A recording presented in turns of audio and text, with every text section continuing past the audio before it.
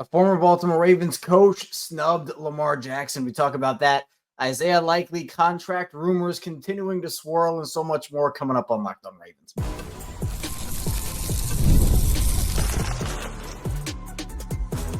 You are Locked On Ravens, your daily Baltimore Ravens podcast. Part of the Locked On Podcast Network, your team every day.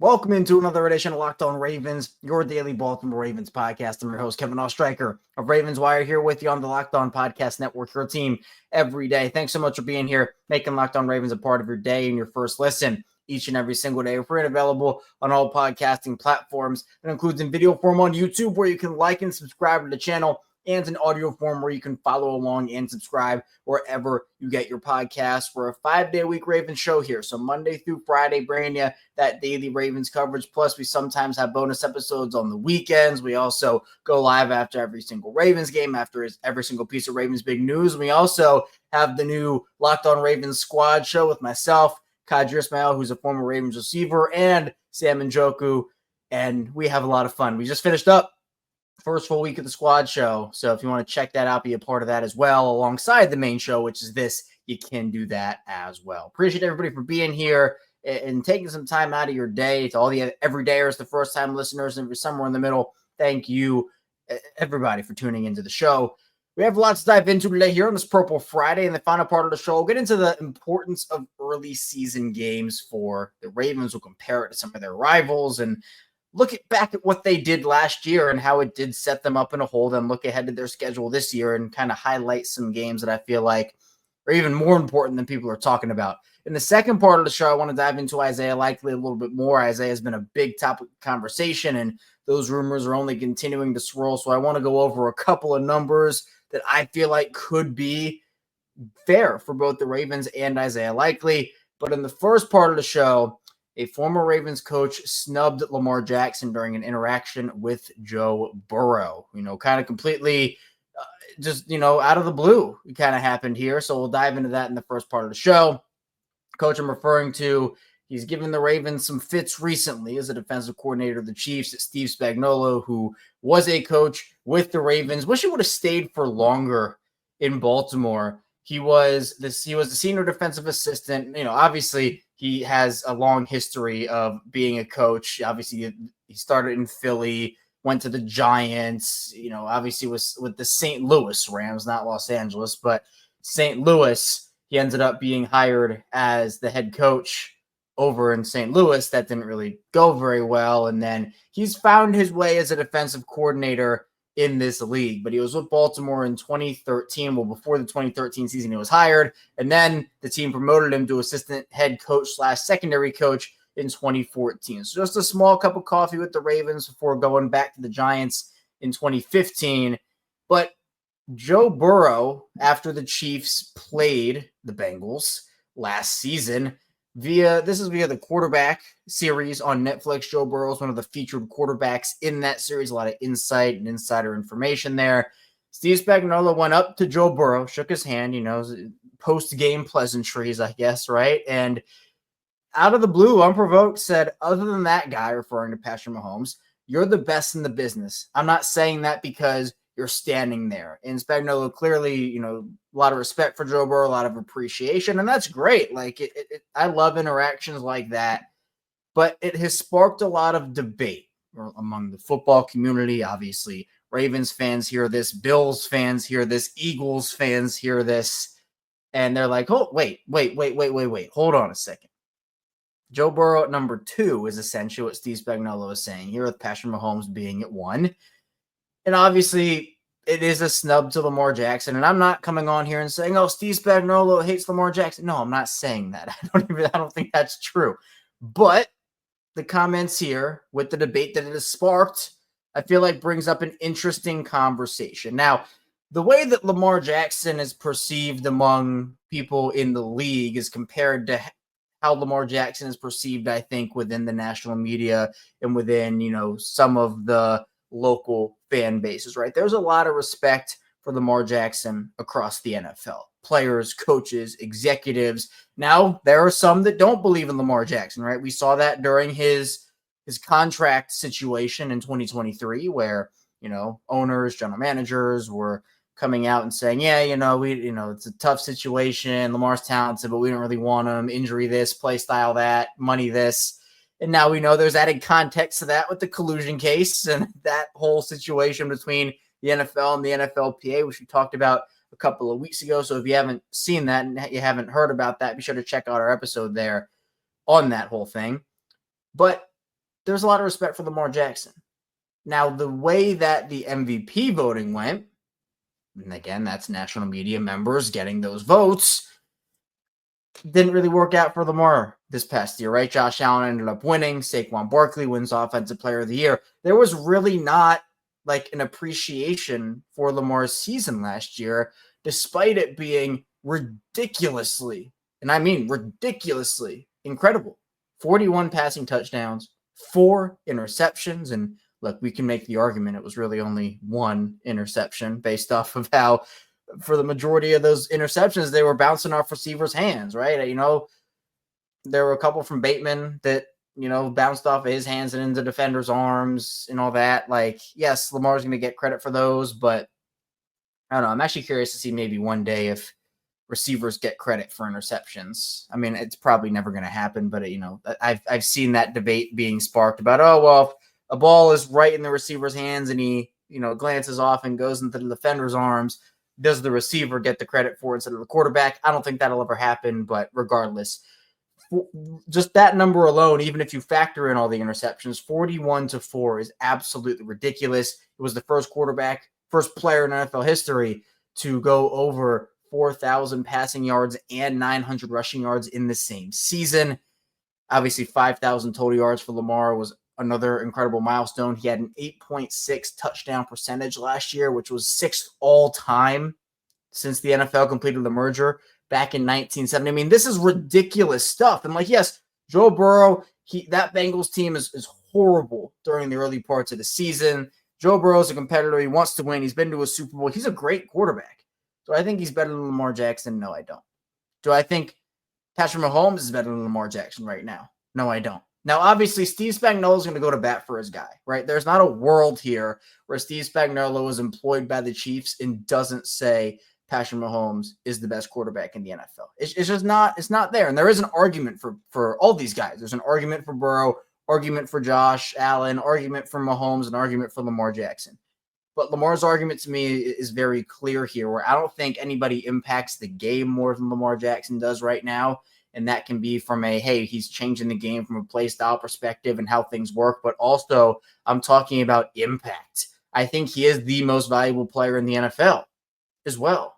Where with all these, I'm just going to look, top 4 quarterbacks, it's clear. It's Lamar, Josh, Joe, and Patrick Mahomes, right? Those are the top 4 quarterbacks. It's not close, in my opinion, in that regard. I know Jalen Hurts won the Super Bowl last season. I put him at 5. But regardless, if you lose any of those guys, any of these top-tier quarterbacks, the ceiling and the floor of your team decreases, right? It just is what it is. Those guys have that impact on their team. The backup is not nearly as good.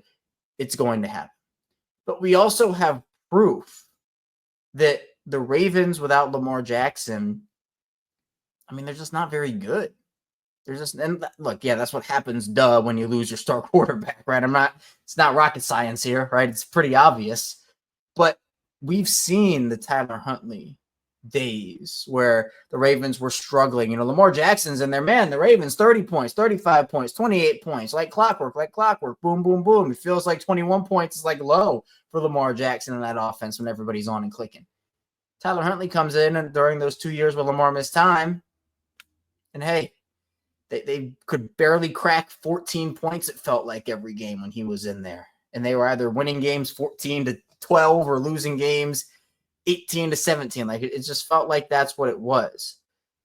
But to me, yes, Mahomes has the rings argument. Josh Allen has the MVP. Lamar has 2, by the way, but that's beside the point. Joe Burrow has the Super Bowl appearance. They're all arguments. But just turn on the film, turn on the tape, and you can see that all these guys make winning plays. They make defenders look silly. They're incredible at what they do. but there's no quarterback that has more of an impact on the game right now than Lamar Jackson. And that's not me trying to shade these other quarterbacks. I've said it so many times, even during the MVP conversations between Josh and Lamar. I have so much respect for Josh Allen in his game, so much respect for Joe Burrow in his game, and so much respect for Patrick Mahomes in his game. Like, all three of those guys, they're great at what they do. They deserve to be in those conversations with Lamar Jackson. But to me, it was interesting seeing the debates on social media about Lamar, Joe Burrow, Patrick Mahomes, Josh Allen, who was where on the totem pole of quarterbacks, I guess. I just think with the way that Lamar Jackson played last season, and maybe, the fact that Kansas City got the 1 seed, Buffalo got the 2 seed, okay, Cincinnati didn't make the playoffs last year, and the Super Bowl that they made was a very long time ago. Now, again, Lamar and Josh Allen can't say they've made one. Joe Burrow has that over them, but it feels like we're talking about Joe Burrow's accomplishment of getting to a Super Bowl, like he won it, and he didn't. It's different in that way, where like Mahomes, you have that clear argument. With Joe, you don't. So, I want to compare the stats. We'll just go box score numbers, and then we'll wrap up that conversation in the beginning of the second part of the show. And then we will flip over to Isaiah Likely and his contract rumors continuing to swirl, and throwing out some numbers that I feel like will be fair for both the Ravens and Isaiah Likely. So stay tuned. All that and more coming up on Locked On Ravens.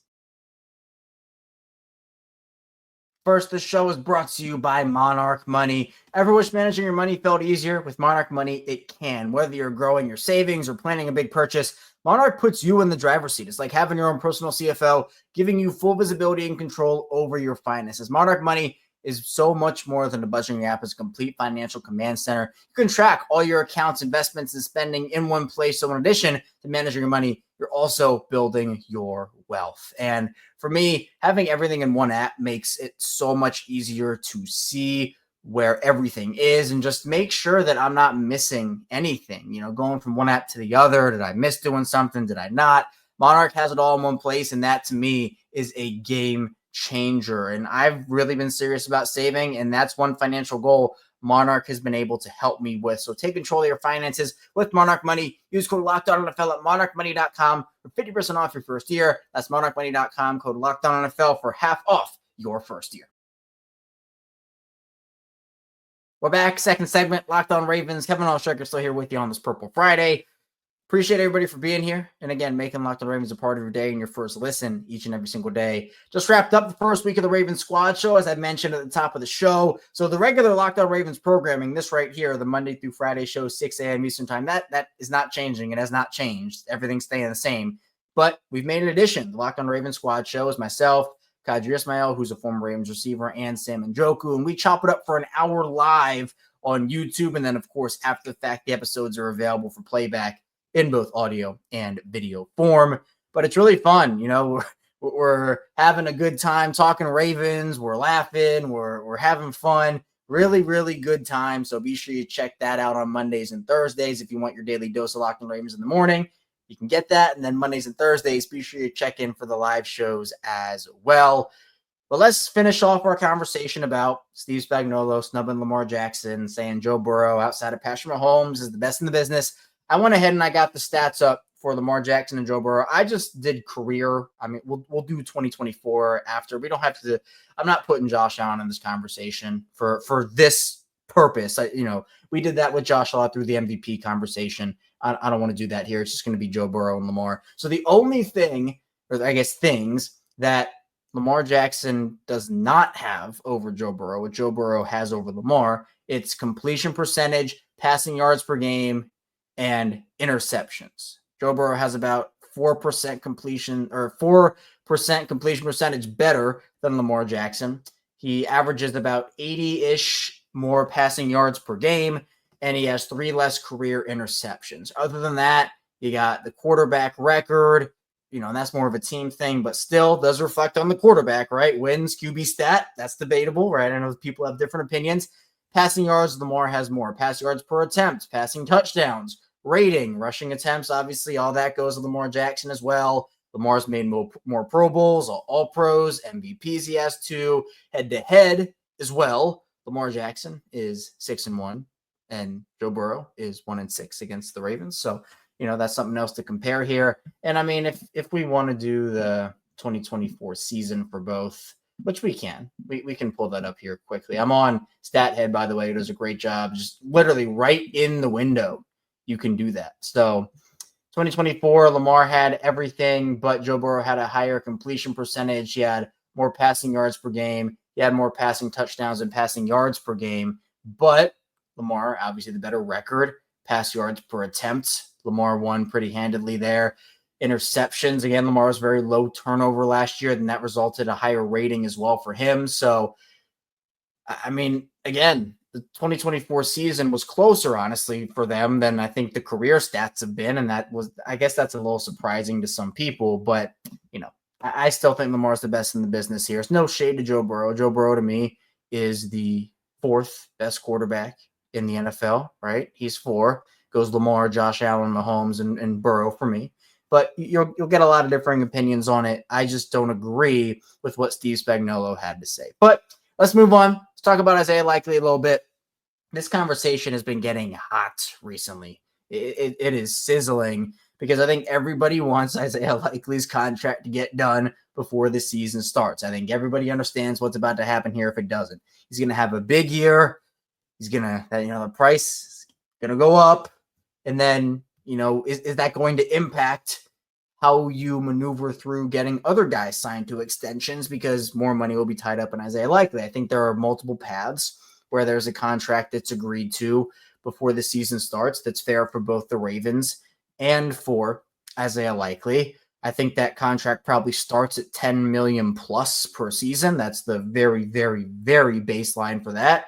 And I think that let's just hypothetically say it was 4 years, $40 million, right? I just want to throw that out. I think that might be a little low for Isaiah based off of the salary cap going up and the player that I know that he can be if he has a full workload, which I expect him to get not this year, but next year. That to me is your base level. Like that's a low ball offer, but in the ballpark of that's the absolute minimum that he might take. And I don't think he takes it. I don't think he takes something like that.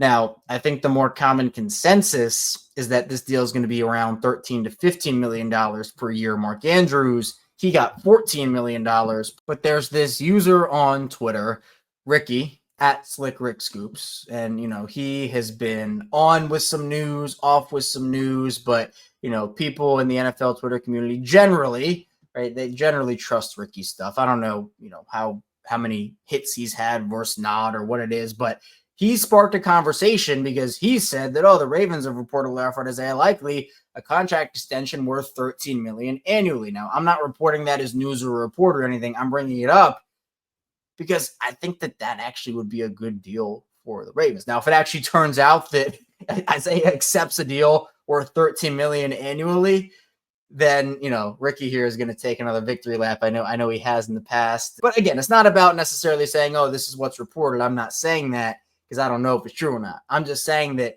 this conversation that was sparked by this is, and the consensus was, it'd be a lot, but I think that's something that's worth it. The consensus was he would get more than $13 million, and he deserves more than $13 million per season.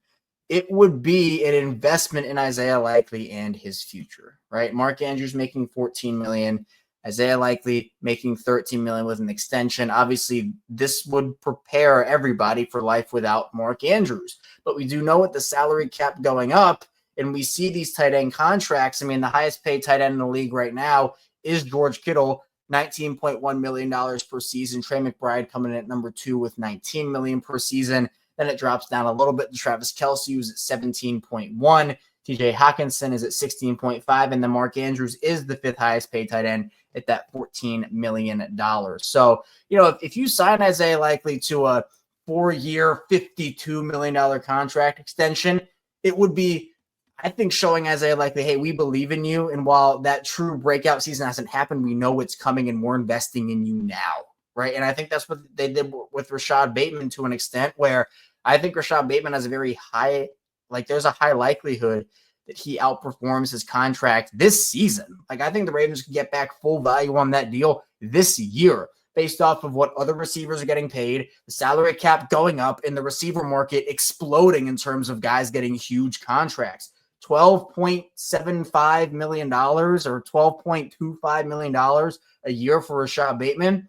That's a really good deal. And it's also a good deal for Rashod Bateman. He gets a pay raise, he gets stability, like it all works out. You know, sometimes these guys aren't looking to be just, okay, I want to be the highest paid here. I want to get this, top of the market. That's not how it goes for some of these guys. Sometimes it is, right? I'm not saying it's not, but I think it is a worthwhile investment for Baltimore to invest in Isaiah Likely now, because I just think that if he plays out this year in a contract year, that 13, let's use the number 13. If that $13 million or 15 or whatever it may be, we might be sneaking up after the year into a team maybe being willing to pay him 17, 18, and competing with the Kittles and the McBrides.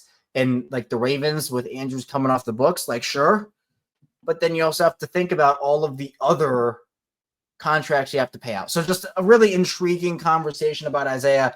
I think they're going to be able to utilize him in a lot of different ways this season, but it's not going to be a full workload for either guy, right? So I think that does bring the value down on these contracts to where if it was just Isaiah Likely, I mean, man, he might get paid $20 million, or he might reset the market with the year he was going to have. But with Mark in the fold still, I think it will tank the value of their deals a little bit. But I think teams understand that, yeah, both these guys can still, I mean, they have, in my opinion, 2 top 10 tight ends on their roster. And, you know, Isaiah Likely is quickly approaching top 5 territory, especially if he can build off of what he has done. So who knows, right? 13 million, very intriguing number. We'll see. But, you know, whether that's true or not, I am not sure. But I think the conversation that got sparked from it and the consensus of, you know, what I saw on social media from Ravens fans there was, yeah, ASAP, get that done. $13 million. Hopefully he signs it. And I'd be totally fine with that again. 4 years, $52 million for Isaiah Likely. That sounds like a steal to me. But coming up in the final part of the show, we'll talk about the importance of early season games for this Ravens team. We know how it went last season. Can't happen again this year. All that and more coming up on the show.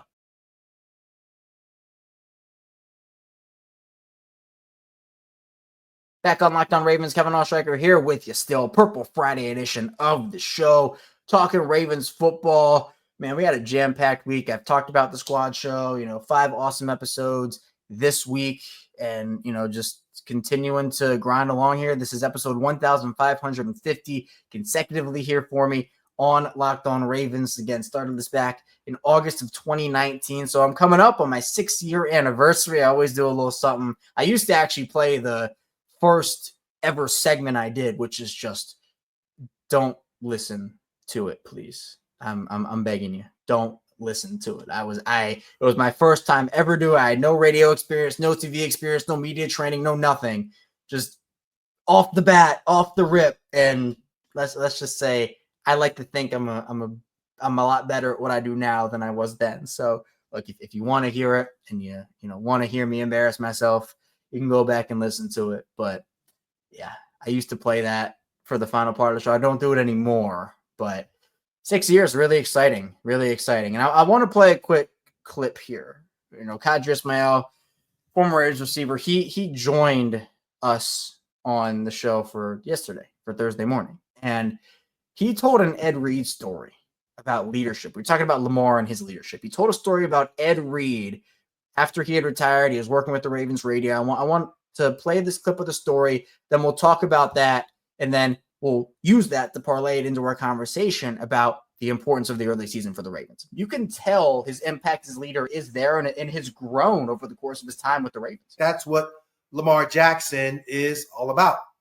One quick story. I'm walking down a hallway. I'm on the Ravens radio, and I have clear access to a lot of things in the building. And as I'm walking by, I see one of my former Syracuse alum, and Art Jones, who was the defensive tackle for the Ravens in their 2012 Super Bowl season, Well, I'm walking down, and obviously I see him. I'm like, hey, man, last couple of weeks, bro, you've been balling. Like, wow, that's some good stuff.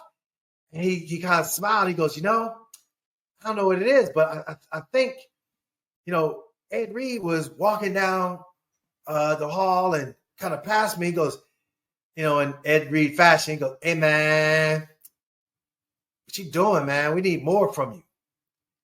And when he said that, it just hit me different. And so for me, I kind of just felt like, wow, Ed Reed is telling me to step up my game. I better step up my game.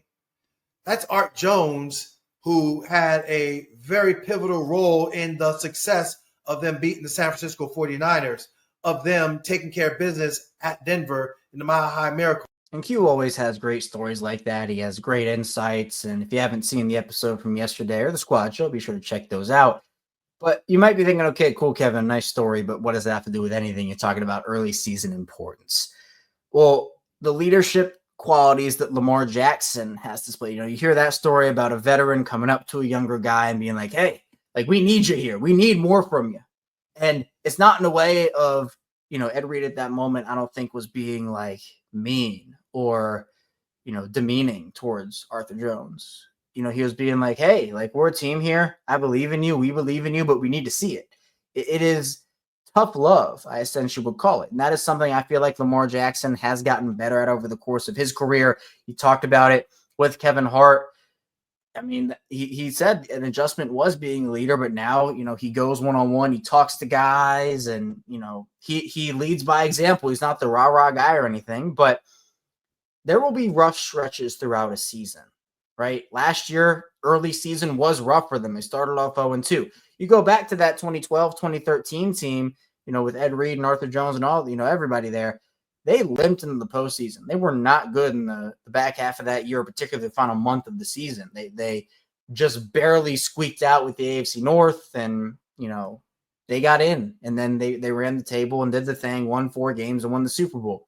But you're always going to have games where you don't play up to your standard. It's frustrating. I mean, every year the Ravens have a game that we talk about. I mean, last year it was early season, week 2, Las Vegas, Cleveland a little bit later towards the middle of the year. Like, they always have games like that. It's frustrating, but it is football and it does happen. But it's about how you respond to that. And I give the Ravens a lot of credit in week 3 against Dallas. They almost blew that game in the fourth quarter, and hopefully the Ravens don't have those fourth quarter. I mean, look, we saw against Vegas, they had that fourth quarter meltdown. There are a lot of fourth quarter meltdowns for this Ravens team over the last handful of the seasons. But how do you respond to that? You cannot start the season 0-2 this year, again, in my opinion, right? Now, you have Buffalo, primetime game in week 1. That could go either way, in my opinion. It truly could. Cleveland is a game you have to win, right? You have to win the easy ones because your schedule is so hard to start off. 5 of your first 6 games are against division winners. Buffalo, Cleveland, Detroit, Kansas City, Houston, Los Angeles. That week 2 game is the only game that's not against a division winner. The Ravens were able to get back in it after starting 0-2. I don't think you can go 0-2 this time around and have the turnaround that they did last season. It's possible. They've done crazier things, but it's about the leadership on the team, and how they did it last year was leaders did step up. And Lamar, I think, was one of them. Roquan Smith was another. It was voices in the coaching staff and everybody, right, getting together and say, hey, this is not acceptable. And they turned it around. You have a little bit of a, no NFL game is easy, but compared to the first part of their season, the next 6 games after that, after the bye week in week 7, it goes Chicago, Miami, Minnesota, Cleveland, New York, the Jets there, and then Cincinnati, right? That is a lot easier of a stretch. But you have to set yourself up well. Don't put yourself behind the 8 ball. I think it is up to the leaders on this team to make sure that that does not happen. Because remember, the Ravens would have had home field over Buffalo in the divisional round had they just won 1 more game. You beat the Vegas Raiders in week 2, Las Vegas Raiders in week 2. We might be having a different conversation about where this team finished instead of losing the divisional round. So things like that are important. It might not mean a lot in the moment, but, it does to me, and it does a lot of other people in terms of a September loss is not going to matter in September, right? You have time to bounce back from it. But as I always say, it will matter in December when you're talking about seeding and what happened it did matter in December because they lost out on the 2 seed compared to what they could have gotten if they just beat the Raiders or had beat the Browns a couple months later. So Baltimore has a lot of expectations and pressure on them that is deserved and warranted with the roster and the talent that they have. And we will see how they respond to it. But that's all I have for you today on Locked On Ravens. Thank you so much for tuning in to the show. We'll be back here on Monday, unless there's a crazy headline. Then, of course, we'll be back earlier than that talking Ravens football. But in the meantime, hit the like and subscribe button in video form, follow along in audio form, and I'll see you right back here soon on Locked On Ravens.